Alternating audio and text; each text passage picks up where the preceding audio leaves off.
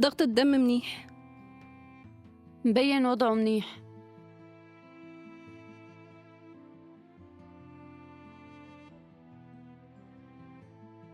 طولي بالك بنتي. طمنا دكتور. طمنا يا هو دكتور. تمام، ما في داعي طمنا على ما زياد في شي خطير. بترجاك. لا تخافوا، وضعه منيح. الحمد لله. الحمد لله. إن شاء الله خير تفضلوا يعني. يا جماعة، ما على قلبه شر. حاج بك يا بنتي.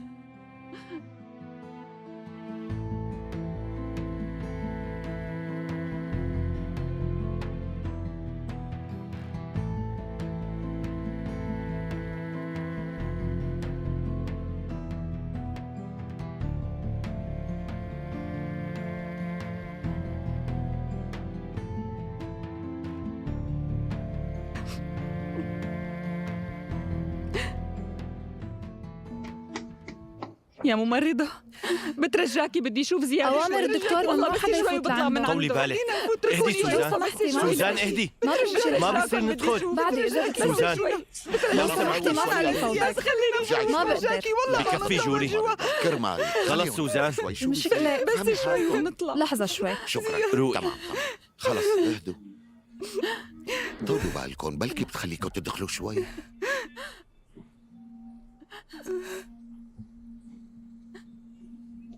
هي عناية مركزة بسرعة إذا بتريدوا، تمام. بدون ضجة. شكرا. يلا فوتوا. فوتوا فوتوا فوتوا.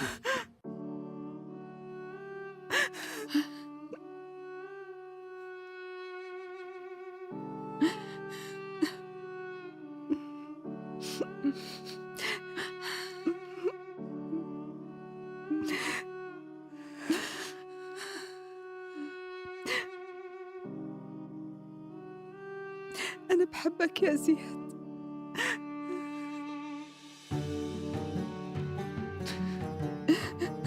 يا أخي كيف سووا فيك هيك؟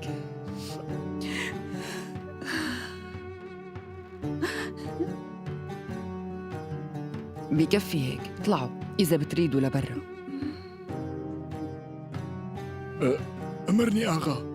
عود لك عبد الله. إيه. شو الأخبار؟ بالمختصر يا آغا، طلعوا جثته من المشرحة وبعدها دفنوها على الساكت. يعني يا آغا ما ضل في أي شيء نخاف منه أبداً. شو يا عبد الله؟ لسه ما خلصت القصة. إذا بيدروا أهل الضيعة ما بنعرف شو ممكن يعملوا. شو هالحكي آغا؟ متأكد ما حدا شاف شيء ولا سمع شيء مثل ماني شايفك قدامي. كل حركاتنا كانت مدروسة. حمود هلا بمقبرة المتشردين وسعده ما بيعرف. إذا سألك قول إنك بعته لشي محل وخلصت القصة. تمام عبد الله، طوي لنا صفحة حمود هلا.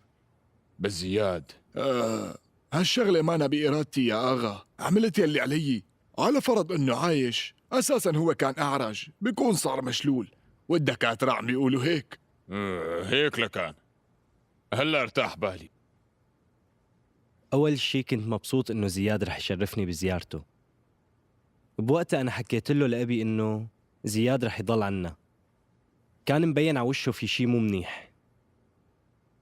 وأنا عم فكر شو كان عم يعمل بسوق النحاسين. هذا اللي ما عم أفهمه. قال إنه بده يرجع على المشفى. يا ريتني وقتها جيت معه لهون. هلأ بس يفيق إلا ما يتذكر مين هن. بتمنى.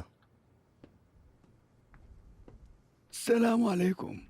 وعليكم السلام. ما على قلبه شر. تسلمي. زياد نايم هلأ.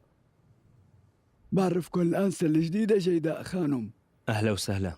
مهران بيك وطه بيك بيكونوا رفقاته كتير لزياد. أهلا وسهلا. تسلمي. شكرا.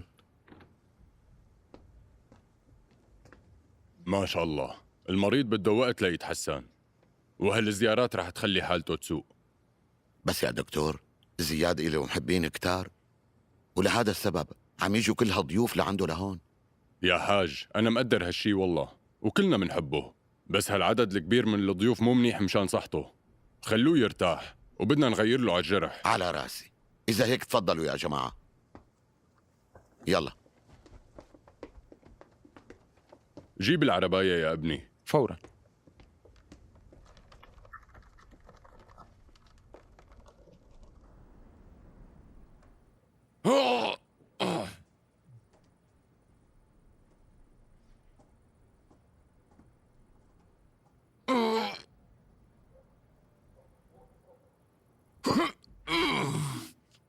شو هالعلاج اللي عم تعالجني اياه؟ لا تقول هيك آغا، هذا علاج قديم. هلا بتشوف كيف رح يختفي وجع ظهرك كله. عبد الله لازم نجيبها لعائشة خانم من أنقرة. يعني انت شلت من بالك شغلة العقارات؟ لا سد ولا منجم، وهلا الهضبة شوي ضوء القمر على المسا عم يضوي الهضاب كلها. عبد الله لا تغير السيرة. ماني عم غير السيرة، بس أنا يئست من هي القصة ومن كل شي بالحياة مثلك بالضبط. بل شوي آغا. شوي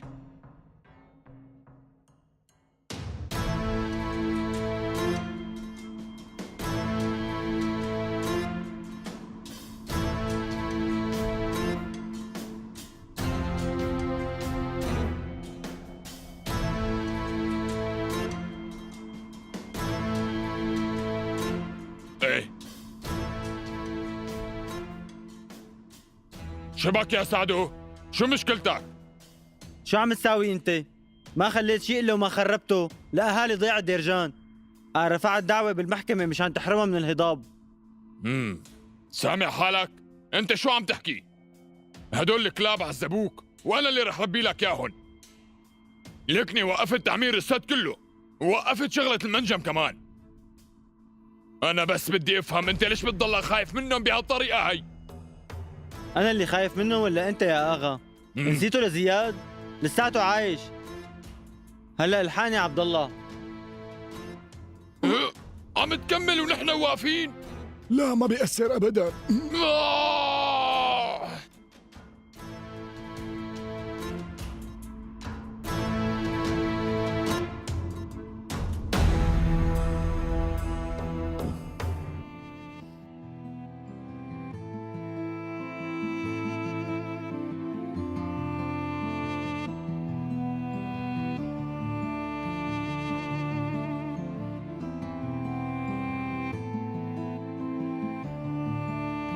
زياد ابني. يا أخي ها بلش يفيق.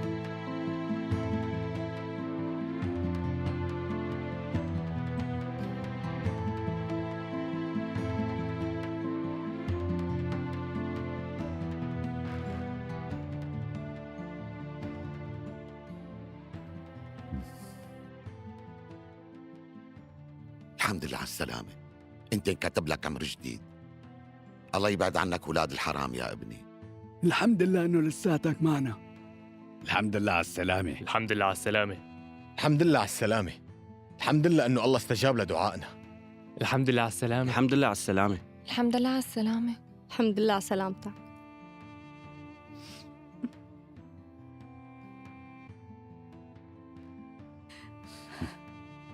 تقوم بالسلامة، خوفتنا كتير عليك. سلامتك يا ابني. زياد، ألف حمد وشكر على سلامتك. أنت بخير يا روحي؟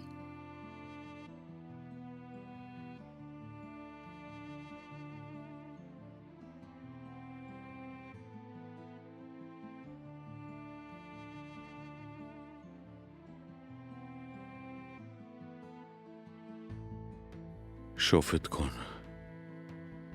بعد اللي صار معي ريحتني كتير. هي لساتني عايش اليوم. أنا لو مالي غالي عليكن ما كنتوا استنيتوا. نحن لازم نضل مع بعض. مهران بدك تحل مشكلة الأراضي، ويا حاج وانت مشكلة الهجرة، لأنك عن قريب رح تروح وتترك أراضيك.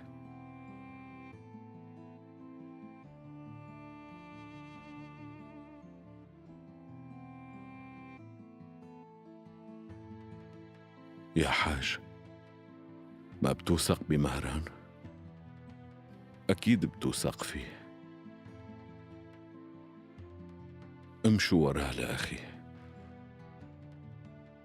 اعتمدوا على مهران بهي، لأنه حل القصة بإيده لمهران.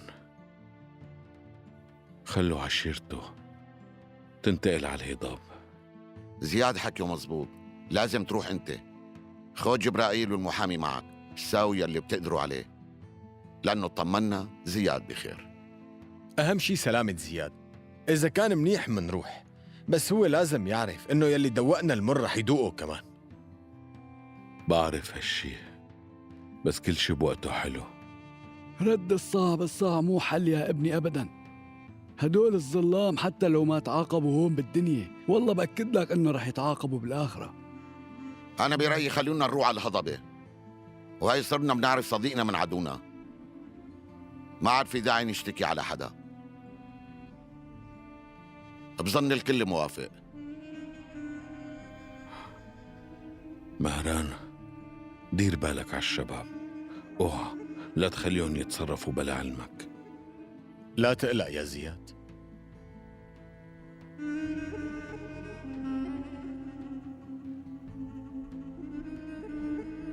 أنا منيح منيح كتير. شو كل هالزحمة؟ تفضلوا اطلعوا لبرا، إذا بتريدوا رح تقتلوه، اطلعوا يلا. معها حق يا جماعة، يلا. يا جماعة الممرضة معك، يلا. اطلعوا يلا اطلعوا إذا بتريدوا. خلونا نخفف شوي العشاء. يلا تفضلوا يلا يا شباب. معافى يا رب. إنه صار بخير. تسلم. معافى زياد. معافى يا زياد. يلا يا شباب يلا. يلا تفضل. عليك معافى يا زياد. خلوه يرتاح. على السريع شوي يا شباب، يلا. امشي. وضعه منيح. يلا اطلعوا إذا بتريدوا. تمام. الحمد لله على سلامتك يا زياد. عم نحاول نعرف مين اللي عمل هيك، بس لا بمكان الحادثة ولا بمكان قريب منه قدرنا نلاقي أي دليل يمسكنا راس الخيط. أي معلومة بتفيدنا، نحن منعرف ماضي، اعتمد علينا. يا سيدي، تعذبت كتير بحياتي، يمكن بستحق هذا الشي ويمكن ما بستحقه، وبعتقد بهالمرة ما كانوا مستقصديني، لأنه ما عندي عداوات. بجوز عامل شي لحدا ومالي حاسس، بس على حد علمي ما عندي عداوات مع حدا. ورصاصات كلهم صابوني بظهري، والشي اللي بتذكره قبل ما أتقوص إني أنا كنت بدي زوره لأخي طه. فهمت عليك وما بدي أضغط عليك، بس لا تخبي شي عنا، نحن رح نراقبك. بشوفك عن قريب. يلا امشي. الله معك سيدي.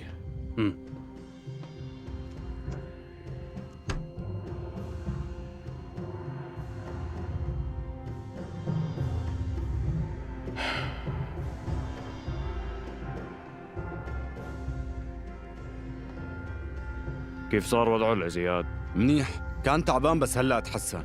شكرا لك. أهلين.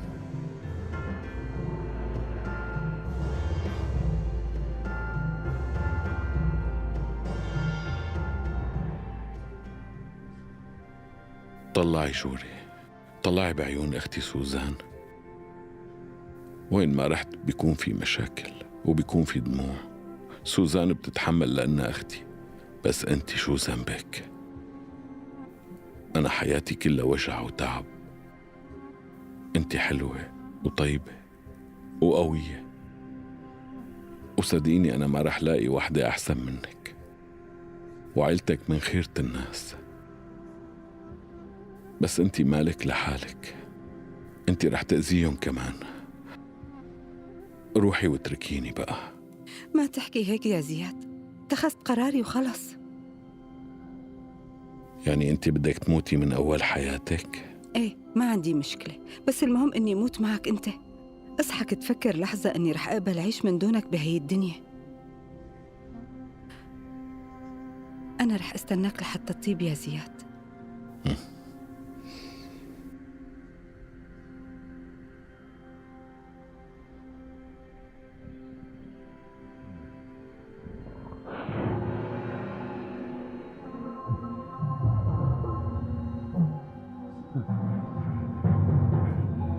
أغا!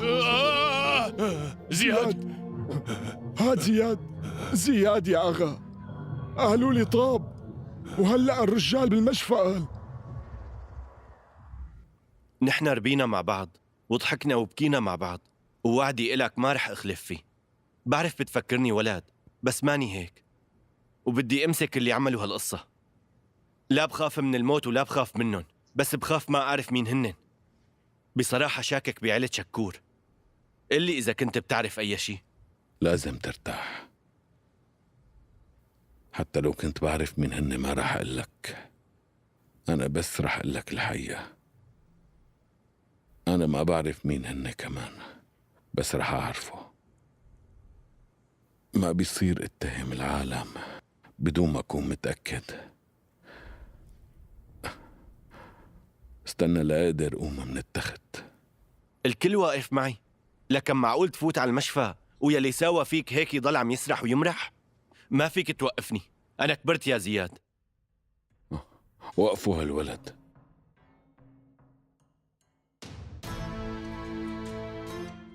ما عاد عندي حيل. هلأ بيروق ولا يهمك.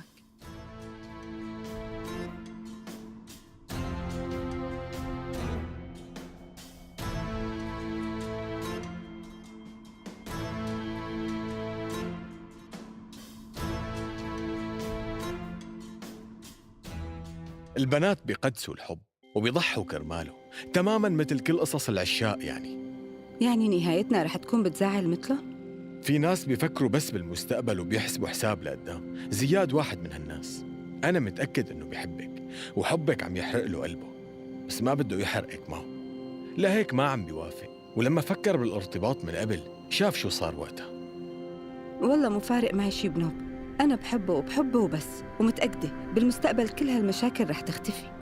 ليش ما منفكر بالشغلات المنيحة؟ معقول؟ لا تروحي يا علي شير، أنا عم أترجاك لا تروح وتتركني لحالي. لا تروح، تعال هون. تركيني. علي شير هدول قوصوا على زياد ورح يقوصوا عليك كمان. لا تروح علي شير، يا علي شير لا تروح.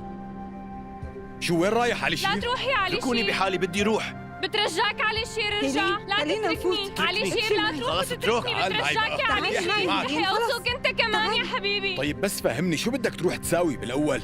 هيك أمور ما بتنحل بالتسرع يا أخي. تعال معي، خلينا نقعد ونحكي شوي. اتركني يا مهران. تعال يلا، بلا عناد يلا. اوعكم تخلوه لعلي شير يروح. بترجاكي هلا بيروح حاله يا بعيد الشر. اهدي شوي هيلين. ما عم يقبل اللي صار معه. بالأول قتلوا له أخوه وقوصوا علي، وهلأ قوصوا زياد كمان. ما بقى عم يتحمل، هو خجلان من حاله، مشان هيك بده يروح ينتقم من الكل. أنا خايفة يا جوري. اهدي حبيبتي، يلا ارتاحي، أنا رح طمنك. علي الشير ما رح يروح، ما تخافي عليه، بس لا تقومي من التخت. ماشي؟ تمام يا روحي؟ زياد الحمد لله انه لساتك بيننا. قلت لي اني اسحب افادتك بالعريضه وانا سويت هالشي. لسه بدي اطلب منك طلب تاني. حاول تقنع لي الحاج، خليهم يروحوا على الهضاب، بس على راس العشيرة، ودير لي بالك على علي شير. ليكني أنا صرت منيح. ولا يهمك يا ابني، رايحين على الهضاب. هيلين تحسنت ووضع منيح كتير، والخواريف وضعهم منيح، كل شي عمال يرجع مثل ما كان. بس لما هدينك الكلاب عم يضحكوا علينا، شو بتتوقع مني؟ بتحمل هالشي؟ الكل بيعرف إنه نحن ما بنتنازل عن حقنا بنوب، واللي عم يضحكوا علينا هن اللي ما عندهم شرف. يا حاج زياد كلامه صح، هدنك هنن يلي بلا شرف، ونحن رح نضحك عليهم بالآخر. ويلي علينا إنه نحاول نروق ونفكر منيح. يلي وصلنا لهون هو هذا الرواق، بس زياد يقوم بالسلامة منشوف وقتها.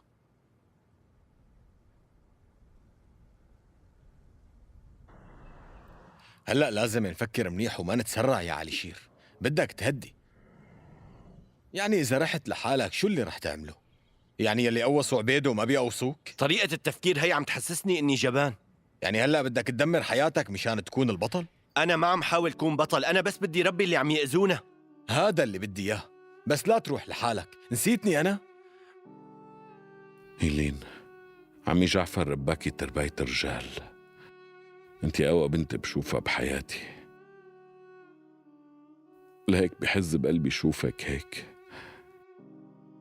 يلا روحي على تختك، انت الوحيدة اللي فيكي تهديه لعلي شير أو رح يخرب كل شي. سوزان يلا خديه على تختها. هيلين يلا قومي، خليني اخدك على تختك.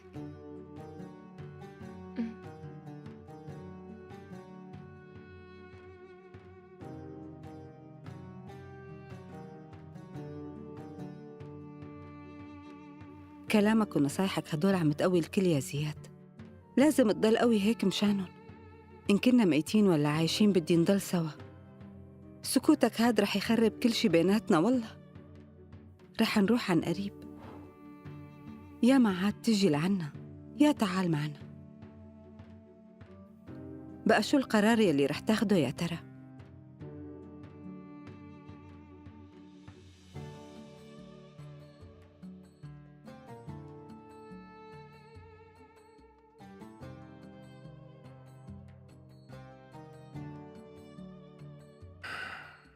زياد ابني انت منيح؟ ايه منيح. يعني بتسمح لنا نروح؟ شو هالحكي، انت بدك اذن؟ رح نرجع، ما رح نتركك لحالك. وقفتكن معي والله ما رح انساها طول حياتي يا عمي. بس لو كان الكل مثلك ابني.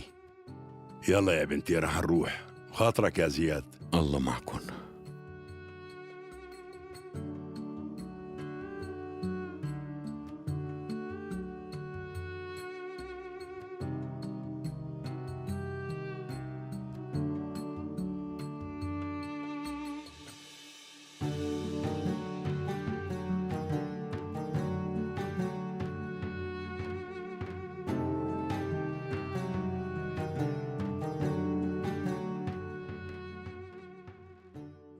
طول بالك لا تروح، بعد نشتغل سوا من سنين، هذا بيضل شغل، شباك ضروري يكون إلنا أعداء. ما زال نحن شركاء، يعني رح نخسر. حطيت كل شيء معي على أماني، لك حطيت كل اللي بملكه وهلأ ما ضل معي شيء، وفوق كل هاد بشار عم يرفع ايده علي وانت عم تتفرج وساكت. لا تحط عقلك بعقله، إذا رحت هلأ ما رح تقدر ترجع. كمان محمود متضايق مثلك وأنا ما بشتغل بلاك، إذا رحت رح روح. لا تتدخل فيني. شو ما قدرت توقفه؟ لا أبداً يا أخي، أنا ما عم أفهم عليك. من سنين عم تشتغلوا سوا، بحياته ما حدا مد إيده عليه لتمدها أنت. لما تطاول على الآغا ما قدرت أتحمل. فهمني شبك، فهمني. بدك توجع لي راسي؟ هذا له سنين عم يشتغل عنا. بدك تكسر على أنفك بصلة وتعتذر له. أنت ما عرفان شو عم بيصير. طلع حواليك، مفكر الكل إخوات؟ لك هدول عقارب. اسمع كلمتي ولا؟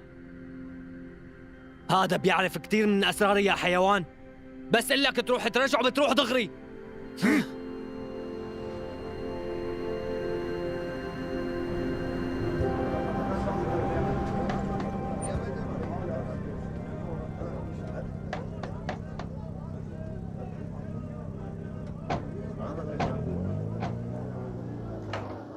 السلام عليكم. وعليكم السلام.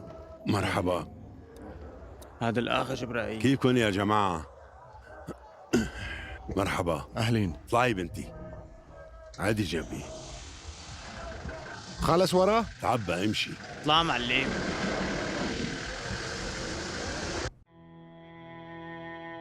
هيك هيلين بدك تروحي وتتركيني؟ شايفتك نسيت أنا شو وعدتك. أول سطل حليب بعبيه رح يكون لإلك، بس عم يقولوا إنه ما رح يخلوني أتحرك. ايه مثل ما قالت هيلين، انت بس تحسن بسرعة والحقنا، وإلا ما حدا رح يحلب النعجات بنوب. وأنا وهيلين اتفقنا كمان ما رح أحلب النعجات قبل ما تروح قبلي بالأول. سمعتن يا زياد؟ يا أما بتلحقنا بأسرع وقت على الضيعة، يا أما رح نتخلى عن الخواريف والقطيع والهضاب وكل شيء. طيب حاضر، بوعدكن رح ألحقكن هالضيعة بأسرع وقت. ليك التاكسي صارت على الباب. بشوفك. دير بالك على حالك.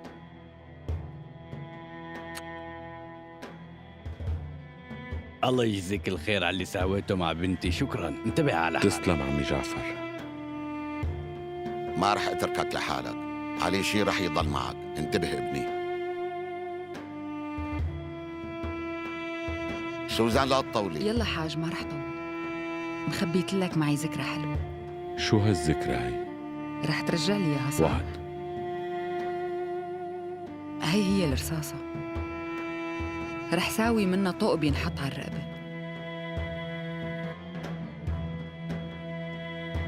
بسرعة قدامي، قدامنا طريق طويل.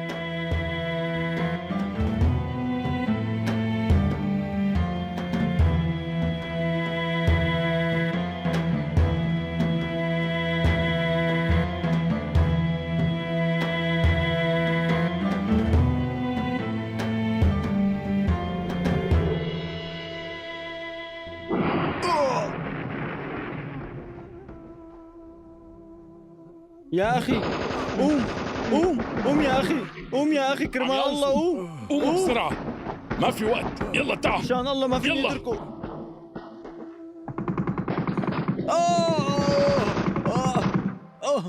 يلا قوم معي، قوم.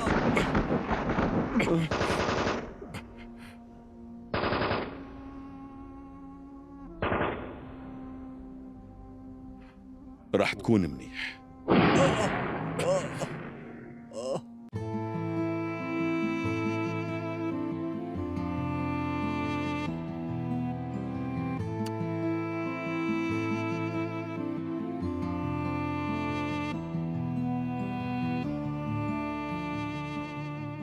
بوصيلي عرفات كتير. من عيوني. ورح قل له لعرفات شي إنه خالك ما رح يضل عم يعرج.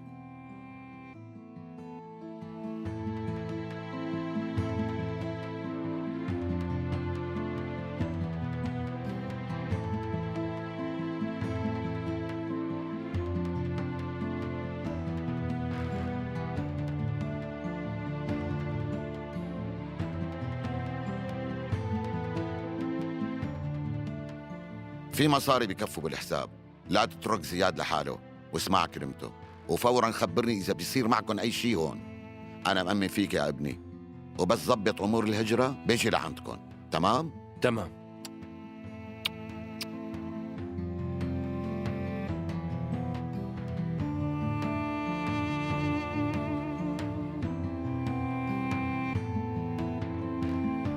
سلام.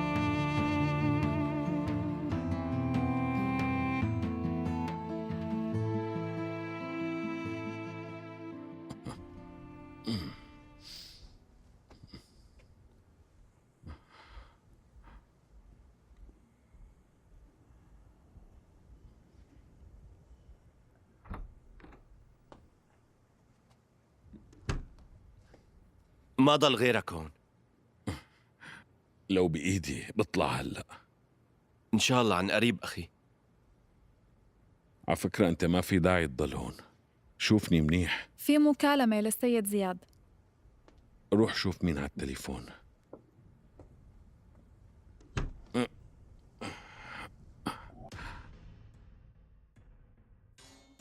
ألو تفضل. أنا بدي أحكي مع حدا من طرف زياد. أنا أخوه. معناها اسمعني منيح، لا تدور كتير على اللي قوصوه. يلي قوصوه هن أعدائكم القديمين، وهن ولاد أخ كمال بشار ومحمود، وزياد بيعرف هالشي. شو عم تقول؟ مين أنت؟ شو بيهمك مين أنا؟ أنا رفيقه لزياد وبس.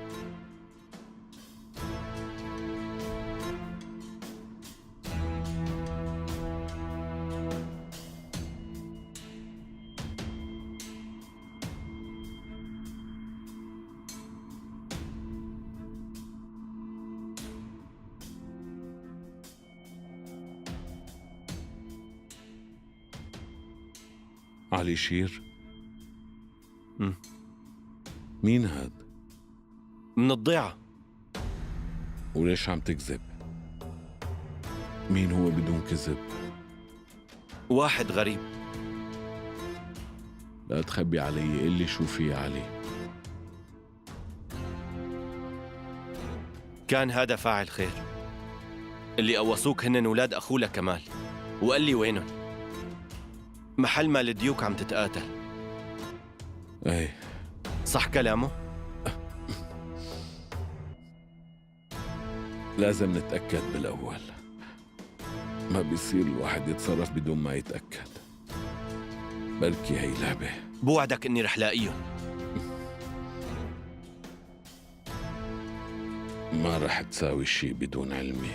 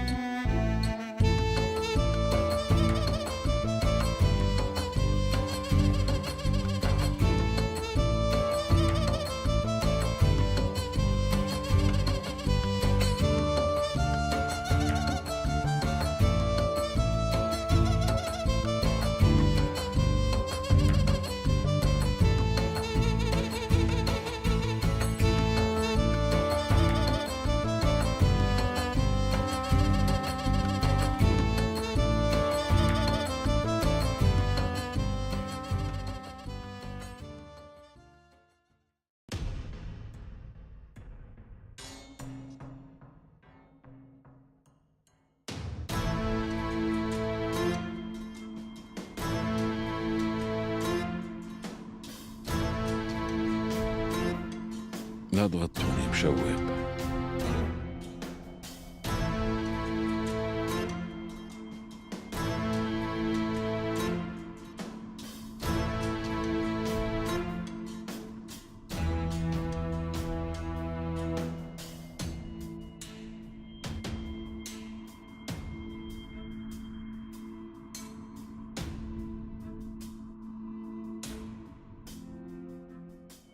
أنا برأيي خلونا نروح على أنقرة مشي. أنقرة مانا تحت أمرته لشكور. أنا الحج علي دريجان وما برضى إلا أرجع لهنيك ولو شو ما صار.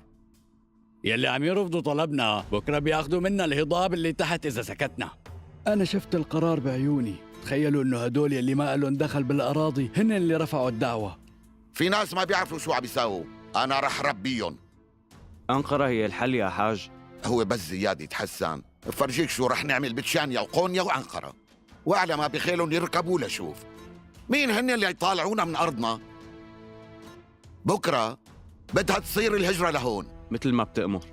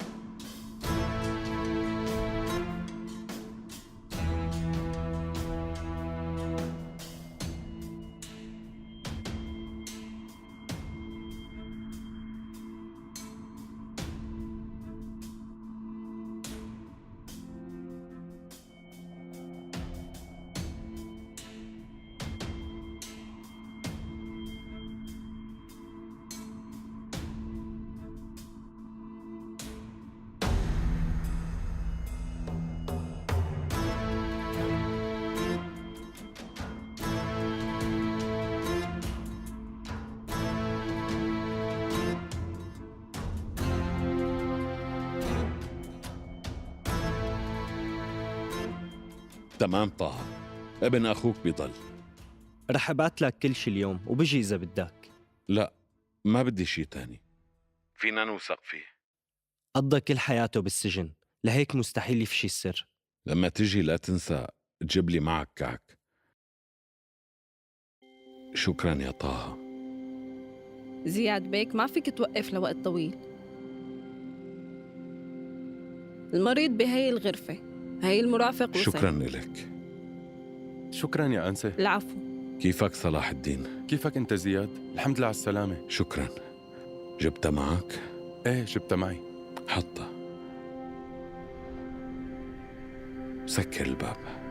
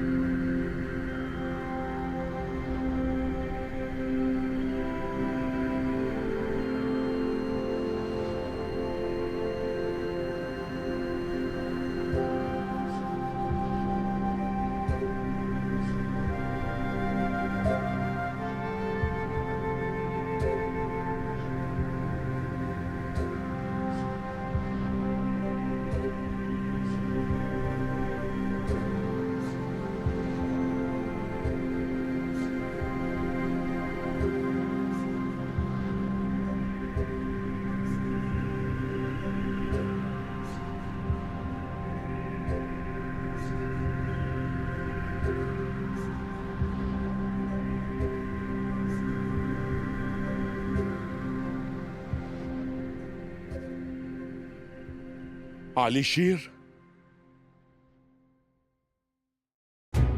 لمشاهدة المزيد من الحلقات لا تنسى الاشتراك بقناتنا وتفعيل زر الجرس.